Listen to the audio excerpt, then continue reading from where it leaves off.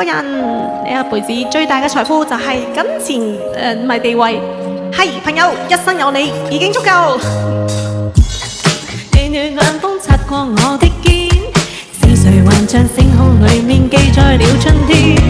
秋風吹起過去常見青春的少年，告訴我知一世愛意我倆永不變。